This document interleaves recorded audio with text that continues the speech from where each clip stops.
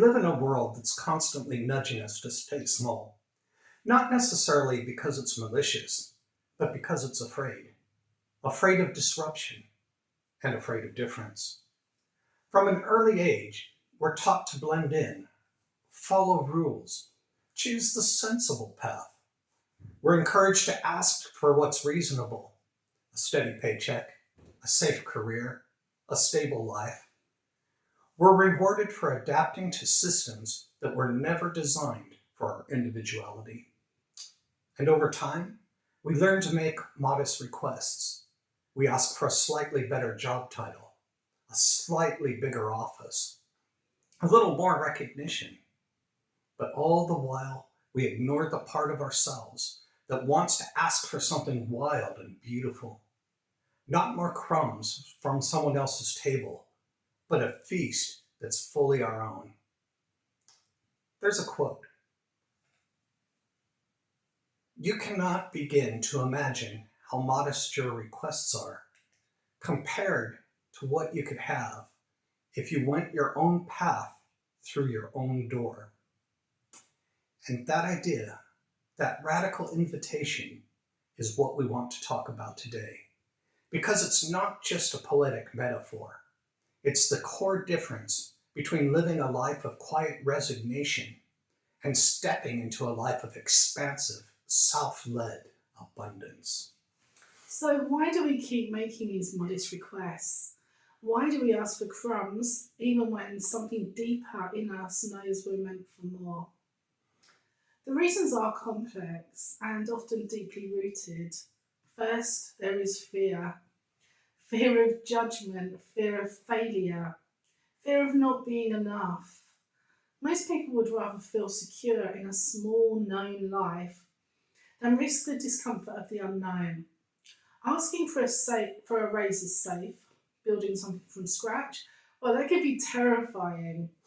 Then there's conditioning. Most of us were handed a template for life. Do well in school, get a good job, settle down, retire. And if you colour inside those lines, you're rewarded with approval. The problem is those lines often don't reflect who we truly are. So we shrink our dreams to fit in to the template instead of expanding the template to fit our dreams. We also seek validation. A lot of our choices are shaped not by what we want, but what we believe will gain us approval.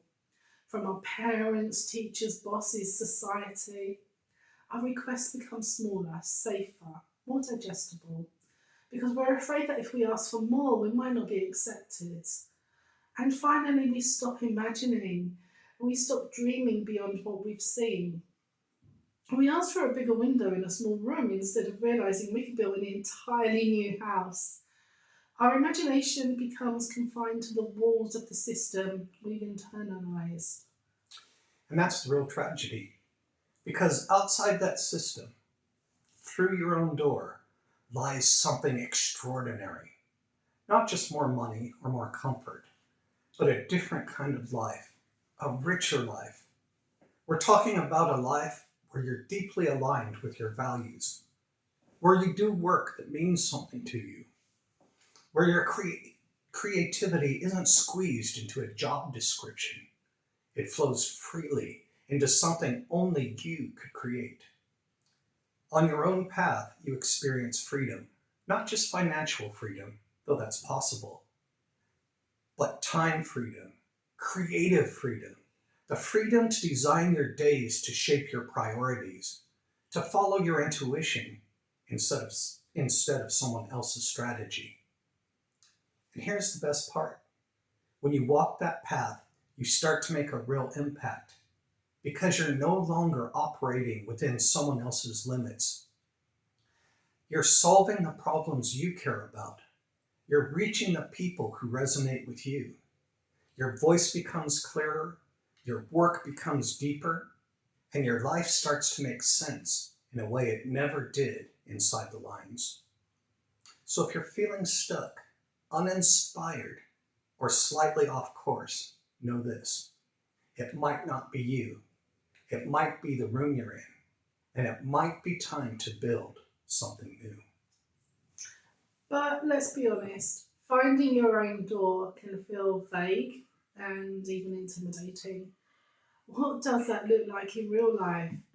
It's not some magical portal, it's a process of remembering who you are. It starts with radical self reflection. What do you care about underneath all that noise? What do you long to create? What kinds of conversations energize you? What skills do you take for granted that others admire in you? What injustices bother you enough that you'd want to do something about them? These aren't surface level questions. They require you to tune in, to slow down, and get brutally honest. Then you must listen, really listen, to your discontent. That persistent whisper that says, this isn't quite right, that's not a flaw, that's guidance. It's your soul's way of nudging you towards the door only you can open. Don't numb that voice, follow it. And once you've found the shape of your door, your project, your business, your book, your shift in direction, you'll have to block out that noise. People might not understand. They might project their own fears onto you, and your own mind will probably chime in with doubts and resistance. That's normal. But if the vision came to you, then it's meant to be built by you. So true. And when you're ready, or maybe even before you feel ready, you act. Because knowing where the door is and stepping through it are two quite different things. You don't have to leap off a cliff. You can begin slowly, steadily. Start carving out space for your vision. Use your evenings, weekends, or early mornings to nurture it. Build in the cracks of your current life until it becomes the foundation of your next one. Experiment, try things, fail forward, learn, iterate. The beauty of your own path is yours. You don't need to follow someone else's model. You get to decide what success means. Maybe it's not a six-figure salary or viral success. Maybe it's creative freedom, meaningful relationships, peace of mind. And the more you move toward what's authentic, the more momentum you build. You start attracting aligned opportunities. You meet people who see the real you. You stop chasing validation and start building value. You stop begging at locked doors and start opening your own. But here's the truth that takes real courage to accept. The only thing keeping you from the feast is the belief that crumbs are all you deserve. That you need permission, that you need proof before you begin. And you don't. What you need is a decision to stop shrinking, to stop settling, to stop making modest requests of a life that's trying to give you more, if only you'll dare to ask for it. So today, ask yourself, where have I been playing small? What have I been quietly asking for when I know deep down I was meant to create something bigger? What's the door I'm afraid to walk through because it asks me to grow? And then begin. Take the first step, however small. Trust that the rest will rise to meet you.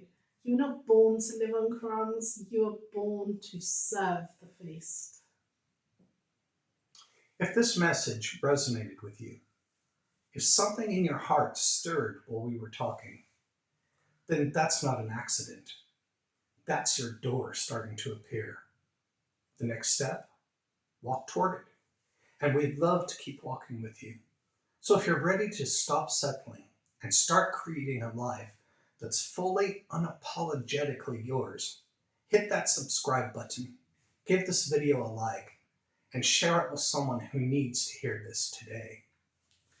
Let us know in the comments what one modest request you're ready to let go of.